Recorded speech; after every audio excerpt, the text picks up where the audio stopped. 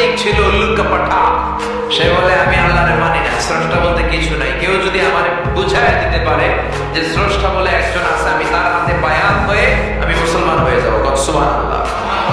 কুফার লোকেরা বলল, ইনদানা ইমাম ইসমুহু নু'মান ইবনে সাবিত। আমাদের একজন ইমাম সাহেব আছে, নাম নু'মান ইবনে সাবিত। ওনার নাম নু'মান, কিন্তু আসলে উনি ইমাম আল-আ'যাম আবু হানিফা। সুবহানাল্লাহ বলতে পারলেন না? সবাই বলে আমাদের ইমাম এমন ইমাম, তোমারে বুঝায়া ছাড়বে।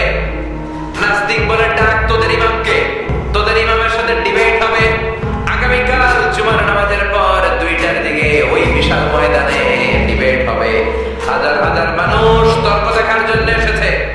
ইমাম আযম আবু হানিফা আল্লাহর পক্ষে, আর নাস্তিক হলো আল্লাহর বিপক্ষে, ঠিক কি না? হাজার হাজার মানুষ দেখতে এসেছে, দেখি কে জিতে যায়। হাজার হাজার মানুষ আসলো, নাস্তিক আসলো, আসে নাই ইমাম আবু হানিফা। কে আসে নাই? 2টা বাজে আসে নাই, 2:30 বাজে আসে না, 3টা আসে না, উনি আসছে 4টার দিকে। 2 ঘন্টা লেট, 2 hours late already। কয় ঘন্টা লেট? আসার পরে নাস্তিক বলে, এ কেমন ইমাম, যার সময়ের জ্ঞান নাই, এর সাথে আমার কোনো তর্ক নাই। ইমাম আবু হানিফা বলে, আইনদি উযর, আমার কথা আছে, আই হ্যাভ এক্সকিউজ। কি এক্সকিউজ?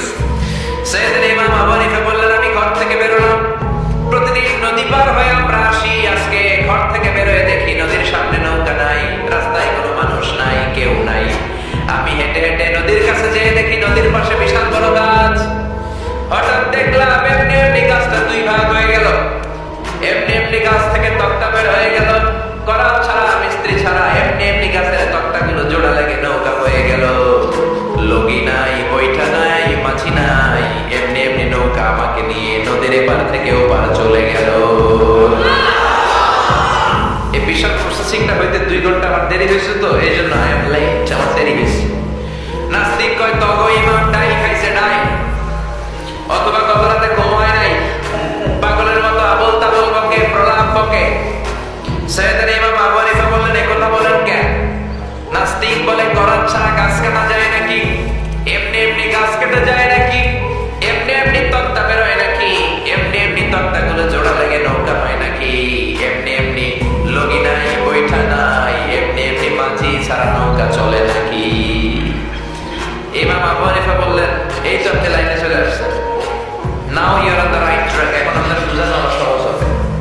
সাইয়েদনা ইমাম আবু হানিফা বললেন, এমনি এমনি তক্তা হয় না, এমনি এমনি গাছ কাটে না, এমনি এমনি মাঝি ছাড়া নৌকা চলে না। তাহলে আকাশটা কেমন করে এমনি এমনি হলো?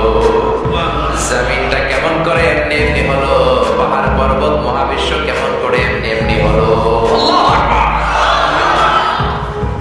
এই যুক্তির সামনে নাস্তিকের আর কোনো যুক্তি নাই। নাস্তিক কয়, তাই তো, আসলেই তো আমি একটা উল্লুকা পাঠা। এতদিন পর্যন্ত আমি এইভাবে চিন্তা করি নাই, আমি তো এরকম ভাবি না